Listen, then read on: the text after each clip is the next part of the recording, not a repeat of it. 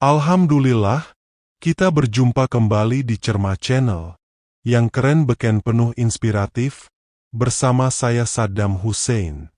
Semoga sobatku dalam keadaan baik selalu sehat, walafiat, dan sukses selalu dalam beraktivitas penuh semangat. Yang baru menemukan ayo di subscribe, like, komen, dan nyalakan lonceng notifikasinya. Di kesempatan ini saya akan mengkisahkan tentang perjalanan cinta virtual, TKW Taiwan dengan pemuda Sumatera. Ayo langsung saja kita simak kisahnya, bersama-sama berikut ini. Di bawah cahaya lampu redup hostel tempat para TKW berkumpul di Taipei, seorang wanita bernama Anissa duduk termenung di dekat jendela. Usianya genap 30 tahun, parasnya cantik, kulitnya bersih, dan matanya menyiratkan keteguhan hati. Namun, di balik senyuman tipisnya, ada kepedihan yang sulit disembunyikan. Anissa telah 6 tahun bekerja sebagai TKW di Taiwan demi menghidupi keluarganya di kampung. Dia rela meninggalkan desanya di Jawa Timur, melepas mimpinya menjadi guru, demi membantu adik-adiknya bersekolah. Malam itu, angin musim dingin menggigit tulang, tetapi Anissa memilih tetap duduk di dekat jendela. Tiba-tiba, sebuah suara lelaki muda memecah kesunyian. "Permisi, Mbak. Kursi di sini kosong, kan?" Anissa mendongak dan melihat seorang pemuda yang tak dikenalnya. Wajahnya tampan, senyumnya hangat, tetapi terlihat canggung. Pemuda itu mengenakan jaket usang dan membawa sebuah ransel besar di punggungnya. "Silakan saja," jawab Anissa singkat, sambil kembali memandang keluar jendela. Pemuda itu memperkenalkan dirinya. Namanya Bagas, usianya baru 20 tahun. Dia baru datang dari Lampung, meninggalkan desa kecil di Lampung Tengah untuk pertama kalinya dalam hidupnya. Anissa sedikit terkejut mendengar ceritanya. Di usia yang masih muda, Bagas memutuskan menjadi buruh tani musiman di Taiwan demi membantu ayahnya yang berjuang mempertahankan ladang singkong mereka dari utang yang menumpuk. "Kenapa kau memilih ke sini? Bukankah di usiamu seharusnya masih di bangku kuliah?" tanya Anissa. Bagas tersenyum pahit. "Kuliah itu mimpi yang terlalu mahal, Mbak. Kalau ladang Bapak sampai disita, bagaimana nasib adik-adik saya? Jadi saya putuskan, biarlah saya yang bekerja dulu." Anissa Terdegun. Di balik wajah mudanya, ada kedewasaan yang tak biasa. Obrolan mereka pun mengalir begitu saja malam itu. Bagas menceritakan bagaimana ia menjual sepeda motornya untuk biaya keberangkatan ke Taiwan. Anissa, yang awalnya dingin, mulai merasa simpati. Ia melihat Bagas seperti cermin masa lalunya, seseorang yang rela berkorban untuk keluarga. Hari-hari berlalu, dan Anissa tak menyangka pertemuannya dengan Bagas di malam itu menjadi awal dari hubungan yang tak terduga. Bagas, dengan gayanya yang polos namun perhatian, sering mengajak Anissa bicara. Mereka sering bertemu di taman kota atau di sudut kafe kecil yang menjadi tempat favorit para pekerja migran. Namun, hubungan mereka tak berjalan mulus. Di kalangan TKW, hubungan Anissa dan Bagas menjadi bahan pembicaraan. Banyak yang mencibir. Anissa itu sudah 30 tahun, Bagas baru 20. "Apa dia tidak malu?" bisik salah satu teman sekamar Anissa. "Apa Bagas itu serius? Jangan-jangan cuma mau manfaatkan Anissa," ujar yang lain. Anissa berusaha mengabaikan komentar itu, tetapi jauh di dalam hatinya, ia juga ragu. Bagaimana mungkin seorang pemuda 20 tahun, dengan kehidupan sederhana, benar-benar mencintai seorang wanita yang sudah mendekati usia dewasa akhir? Ketegangan semakin memuncak saat keluarga Anissa di Indonesia mendengar kabar hubungan ini. Ayah dan ibunya menolak mentah-mentah. "Kamu itu harusnya cari suami yang mapan, Nis. Bukan anak petani yang baru seumur jagung," ujar sang ibu lewat telepon. Sementara itu, keluarga Bagas di Lampung juga tak sepenuhnya setuju. Ibu Bagas khawatir anaknya dipermainkan oleh wanita yang lebih tua. "Bagas, dengar ibu. Kamu masih muda. Jangan buang waktumu dengan sesuatu yang tidak pasti," kata ibunya dalam surat yang dikirimkan melalui saudara. Anissa dan Bagas mulai merasa dunia melawan mereka. Anissa sempat berpikir untuk mengakhiri hubungan itu. "Mungkin kita ini salah," ucapnya di suatu malam. "Aku sudah terlalu tua untukmu, dan kau masih punya masa depan panjang." Bagas tak setuju. Ia menggenggam tangan Anissa dengan erat. "Kita tidak salah, Mbak. Yang salah itu dunia yang terus memandang cinta kita sebagai sesuatu yang keliru." Keteguhan hati Bagas membuat Anissa terdiam. Tetapi di balik keyakinannya, mereka tahu bahwa perjalanan ini baru dimulai. Tantangan yang lebih besar masih menanti di depan, dan mereka harus memutuskan, apakah cinta mereka cukup kuat untuk melawan badai? Cinta Anissa dan Bagas mulai memasuki fase yang lebih berat. Setelah banyak cibiran dan penolakan dari keluarga, mereka berdua merasa perlu membuktikan bahwa hubungan mereka bukan sekadar angan-angan. Namun, takdir seolah terus menantang keyakinan mereka. Suatu hari, Anissa mendapat kabar buruk dari kampung halamannya. Ayahnya yang selama ini sakit-sakitan dirawat di rumah sakit karena stroke. Biaya yang dibutuhkan sangat besar. Dan tabungan yang dikirim Anissa selama bertahun-tahun tampaknya belum cukup. Anissa menangis sepanjang malam, merasa gagal menjadi tulang punggung keluarga. "Bagas, aku tidak tahu harus bagaimana lagi. Semua ini terlalu berat," ucap Anissa sambil mengusap air matanya. Bagas, yang baru saja selesai bekerja di ladang sayur, menghapus keringat di dahinya dan mendekati Anissa. "Aku punya sedikit tabungan, Mbak. Kita bisa pakai itu untuk membantu ayahmu." Anissa terkejut. "Tidak, Gas.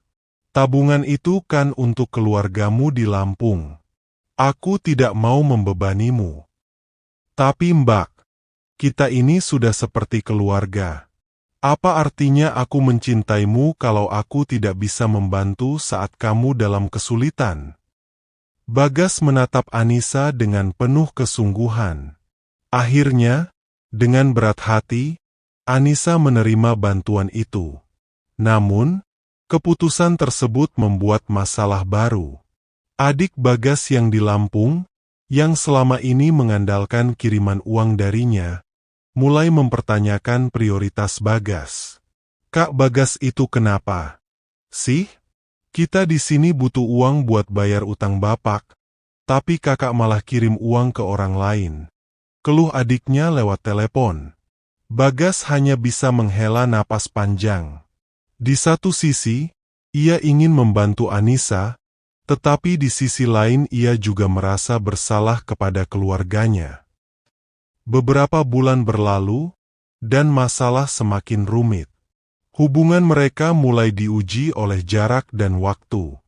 Anissa sering bekerja lembur di rumah majikannya, sementara Bagas harus bekerja hingga larut malam di ladang. Pertemuan mereka semakin jarang, dan komunikasi di antara mereka mulai renggang. Suatu malam, Anissa menerima pesan dari salah satu teman kerjanya. "Anissa, kamu tahu nggak? Aku lihat Bagas tadi ngobrol mesra sama perempuan lain di taman." Anissa terkejut.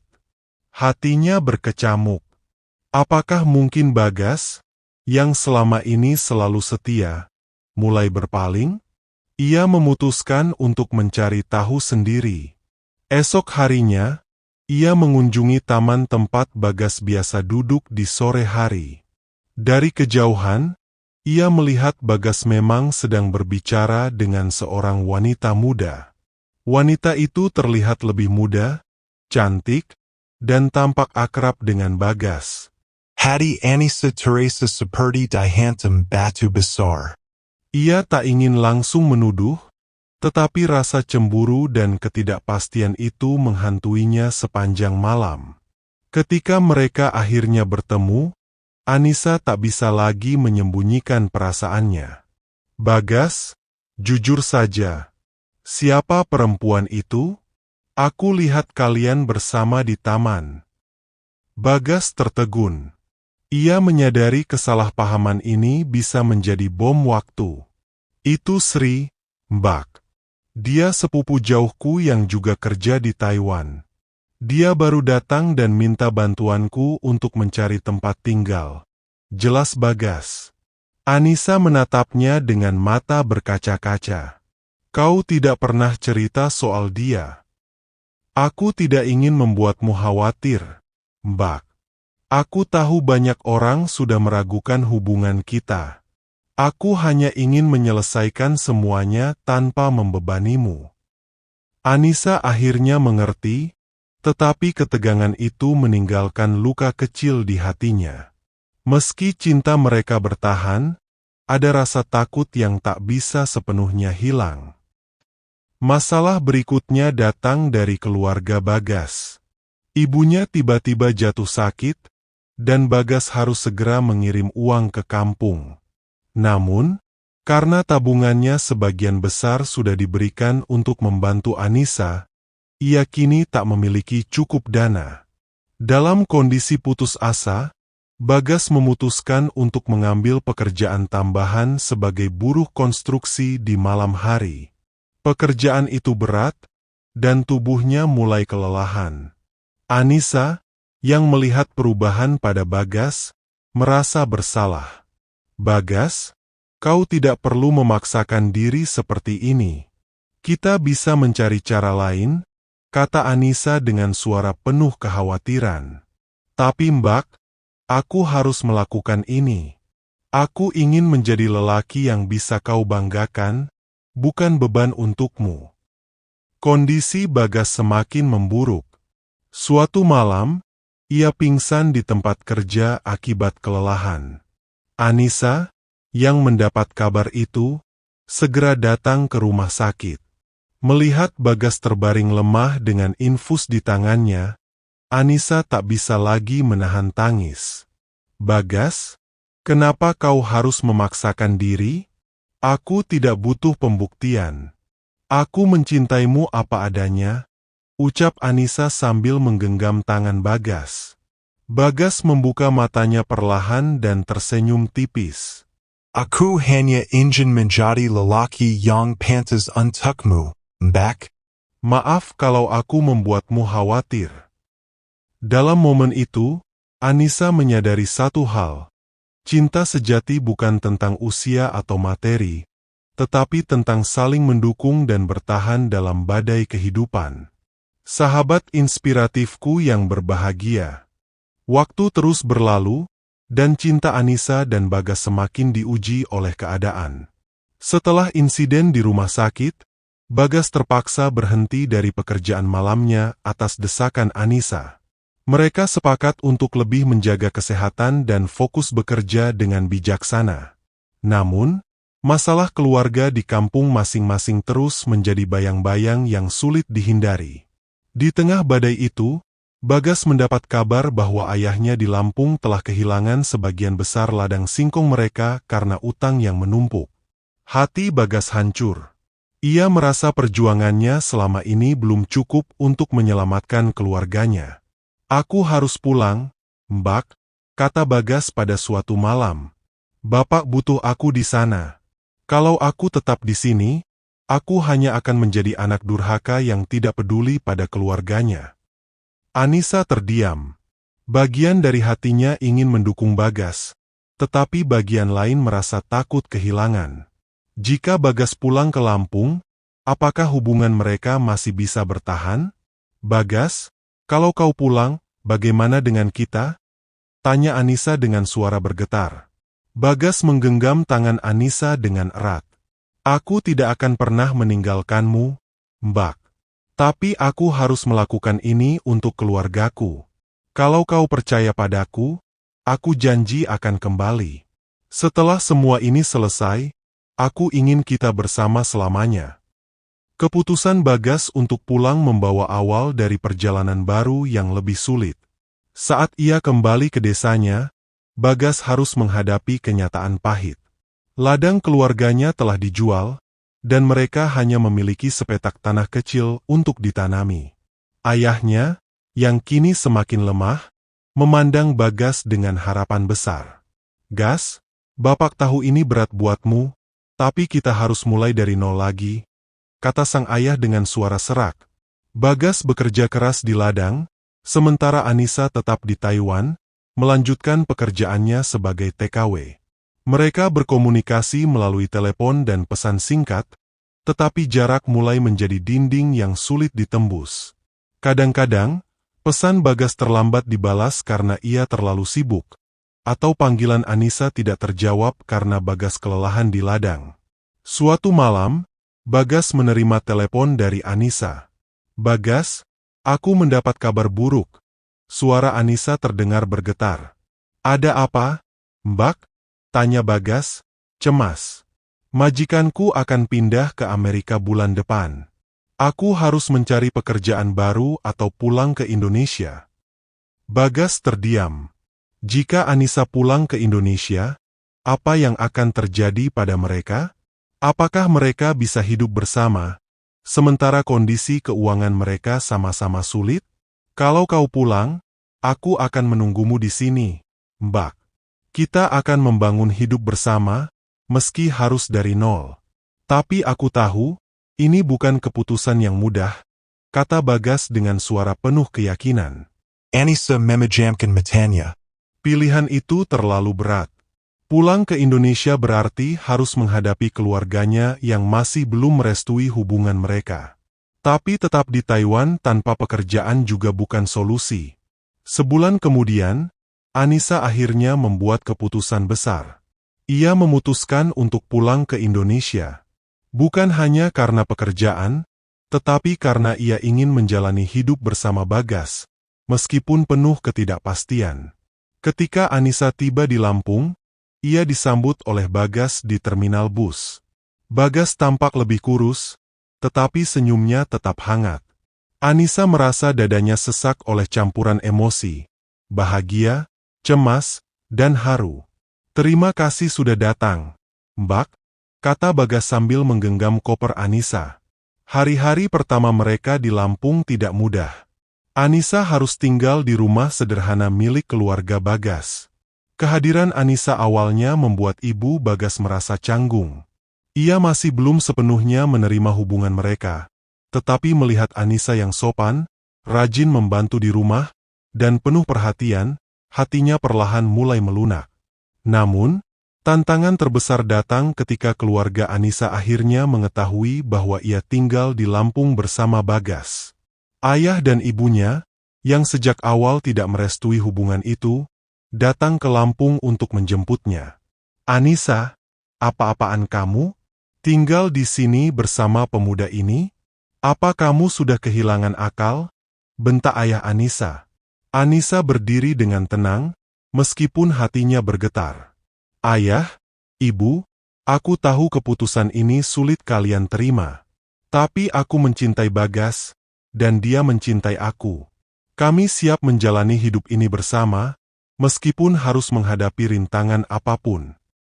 Ayah Anissa tampak marah, tetapi ibunya mulai menangis. "Kamu sudah dewasa, Nis.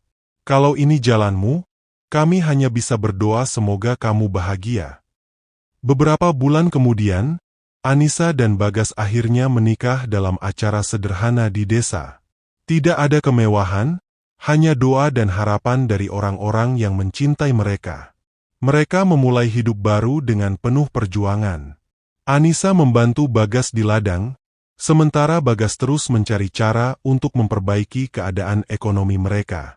Meski hidup mereka sederhana, mereka bahagia karena cinta mereka tetap kokoh, bahkan di tengah badai yang pernah melanda. Dan akhirnya, mereka membuktikan kepada dunia bahwa cinta sejati adalah tentang keberanian, pengorbanan, dan keteguhan hati. Mereka adalah dua hati yang bersatu, melawan segala rintangan, dan menemukan kebahagiaan di tengah kehidupan yang penuh liku. Sahabat inspiratifku yang berbahagia, mari kita lanjutkan perjalanan kisahnya. Pernikahan Anissa dan Bagas adalah awal dari babak baru dalam hidup mereka. Meski penuh cinta, kenyataan hidup tidak selalu semanis harapan. Mereka tinggal di rumah sederhana dari kayu yang berdiri di atas tanah kecil yang tersisa dari ladang keluarga Bagas. Hari-hari mereka dihabiskan dengan bekerja keras di ladang, menanam singkong, sayur, dan cabai untuk dijual di pasar lokal. Namun, cobaan datang lagi ketika musim hujan tiba. Hujan deras yang tak henti-henti menyebabkan banjir kecil melanda desa, merusak sebagian besar tanaman mereka. Anissa dan Bagas hanya bisa duduk termenung melihat ladang yang mereka garap dengan susah payah hancur seketika. "Bagas, apa yang harus kita lakukan sekarang?" tanya Anissa dengan suara parau. Bagas menghela napas panjang. "Kita mulai lagi, Mbak. Kita tidak boleh menyerah. Kalau ladang ini rusak, kita cari cara lain untuk bertahan." Keesokan harinya, Bagas memutuskan untuk mencari pekerjaan tambahan sebagai buruh bangunan di kota kecil dekat desa mereka. Setiap pagi, ia harus berangkat lebih awal, menempuh perjalanan jauh dengan sepeda motor bututnya. Sementara itu, Anissa tetap di desa, membantu mengurus sisa ladang yang masih bisa diselamatkan. Suatu hari, ketika Bagas sedang bekerja di proyek bangunan, ia bertemu dengan seorang pengusaha muda yang sedang mengawasi pembangunan rumahnya. Pengusaha itu, Pak Rizal, tertarik dengan semangat kerja keras Bagas yang terlihat meski tubuhnya lelah. "Kamu ini anak muda yang rajin. Apa kau pernah berpikir untuk mencoba usaha sendiri?" tanya Pak Rizal. Bagas menggeleng sambil tersenyum tipis. "Saya tidak punya modal, Pak. Hidup saya sekarang saja sudah pas-pasan." Pak Rizal tertawa kecil. "Usaha itu tidak selalu soal modal besar. Kalau kau punya semangat dan kemauan, itu sudah cukup untuk memulai." Percakapan itu terus terngiang di kepala Bagas. Malam harinya, ia menceritakan hal itu pada Anissa. "Bagas, mungkin ini saatnya kita mencoba sesuatu yang baru. Kita tidak bisa terus bergantung pada ladang," kata Anissa dengan penuh harapan. Setelah berdiskusi panjang, mereka memutuskan untuk mencoba usaha kecil-kecilan. Dengan sisa uang tabungan dan sedikit pinjaman dari Pak Rizal, mereka membuka warung kecil di pinggir jalan desa, menjual hasil ladang dan makanan ringan buatan Anissa. Awalnya, usaha mereka berjalan lambat. Tidak banyak pelanggan yang datang, dan mereka hampir putus asa. Namun, Anissa tidak menyerah. Ia mulai memanfaatkan media sosial untuk mempromosikan warung mereka. Ia memotret makanan dan hasil ladang yang dijual, lalu mengunggahnya ke grup WhatsApp dan Facebook lokal. Sedikit demi sedikit, pelanggan mulai berdatangan. Warung mereka menjadi populer di kalangan warga desa dan kota kecil di sekitar. Anissa bahkan mulai menerima pesanan dari luar desa. "Kita bisa bertahan, Bagas," kata Anissa sambil tersenyum lelah. "Aku tahu kita bisa melewati semua ini." Di tengah kebahagiaan kecil itu, Anissa menerima kabar mengejutkan. Ia hamil. Dokter memberitahu mereka bahwa kehamilannya sudah berjalan 3 bulan. Anissa tak bisa menahan air matanya ketika mendengar kabar itu. "Bagas, kita akan jadi orang tua," katanya sambil memeluk suaminya. Bagas tersenyum lebar, tetapi ia juga merasa cemas. Bagaimana mereka bisa menghidupi anak mereka di tengah kondisi yang masih serba terbatas? Namun, ia segera menguatkan hati. "Kita akan memberikan yang terbaik untuk anak kita, Mbak. Aku janji," kata Bagas. Kehamilan Anissa membawa semangat baru dalam hidup mereka. Bagas bekerja lebih keras di warung dan ladang, sementara Anissa mulai mempersiapkan segala keperluan untuk menyambut bayi mereka. Dalam waktu yang terasa begitu cepat, lahirlah seorang bayi laki-laki yang sehat dan tampan. Mereka memberinya nama Arka, yang berarti cahaya. Arka menjadi sumber kebahagiaan baru bagi Anissa dan Bagas. Melihat senyum anaknya, mereka merasa semua perjuangan mereka selama ini tidak sia-sia. Namun, tantangan belum berakhir. Menghidupi keluarga kecil mereka tetap bukan hal yang mudah. Saat Arka berusia 6 bulan, kesehatan Anissa menurun akibat kelelahan. Bagas, yang sangat mencintai istrinya, memutuskan untuk mengambil alih semua pekerjaan agar Anissa bisa beristirahat. "Kamu sudah cukup berkorban untukku, Mbak. Sekarang giliran aku yang menjaga keluarga kita," kata Bagas sambil menggenggam tangan Anissa. Perlahan tapi pasti, kehidupan mereka mulai membaik. Usaha warung mereka semakin berkembang, dan mereka berhasil menyewa tanah baru untuk kembali bercocok tanam. Kehidupan sederhana mereka dipenuhi kebahagiaan kecil yang berasal dari cinta dan kerja keras. Meski perjalanan cinta mereka penuh liku, Anissa dan Bagas tahu bahwa semua rintangan itu telah membuat mereka lebih kuat.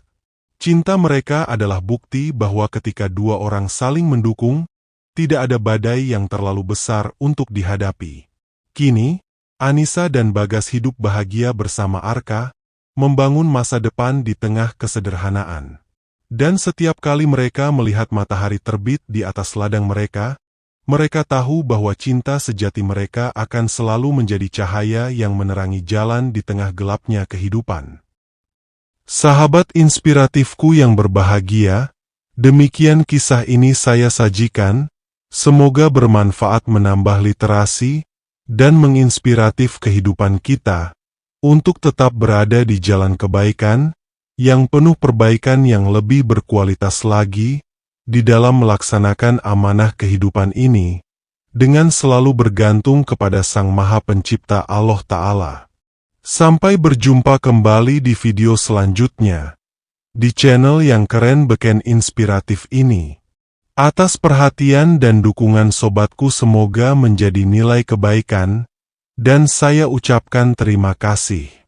Saya Saddam Hussein mohon pamit undur diri, dengan ucapan wassalamualaikum warahmatullahi wabarakatuh.